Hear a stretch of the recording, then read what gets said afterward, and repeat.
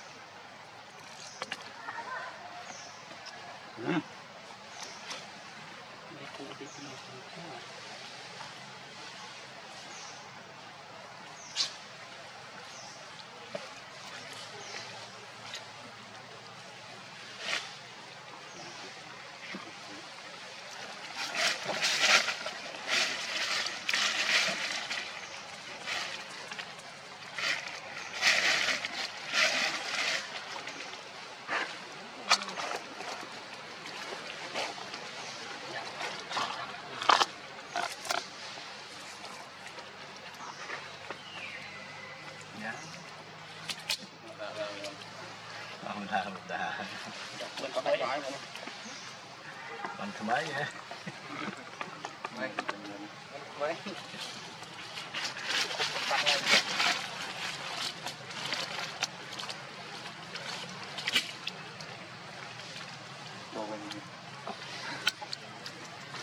hoặc là cặp mấy cái chữ nữa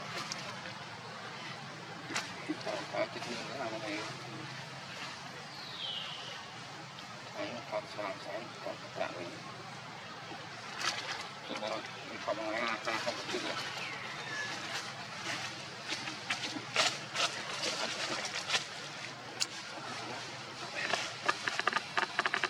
vào ví dụ bảo vệ tôi cho kinh nghiệm tôi như thế này phải nói của cuộc đời này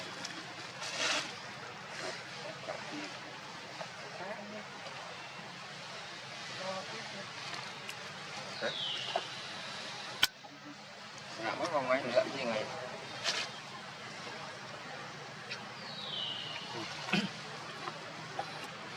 cái bên trâu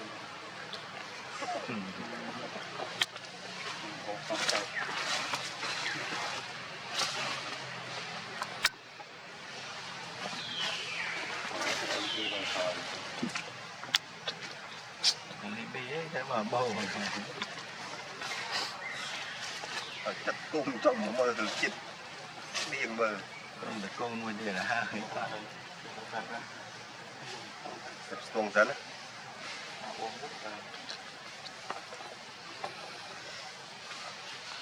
biết tao nào thế như này đánh ba rồi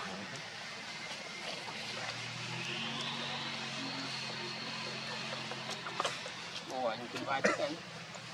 vai mông trong tất cả đánh bài là mãi rồi rồi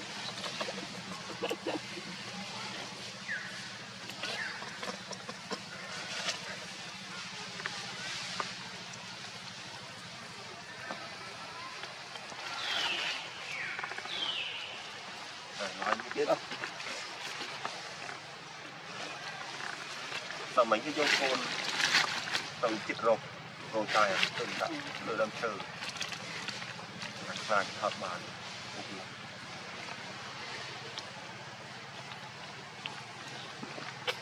xuyên từ xua không nào TV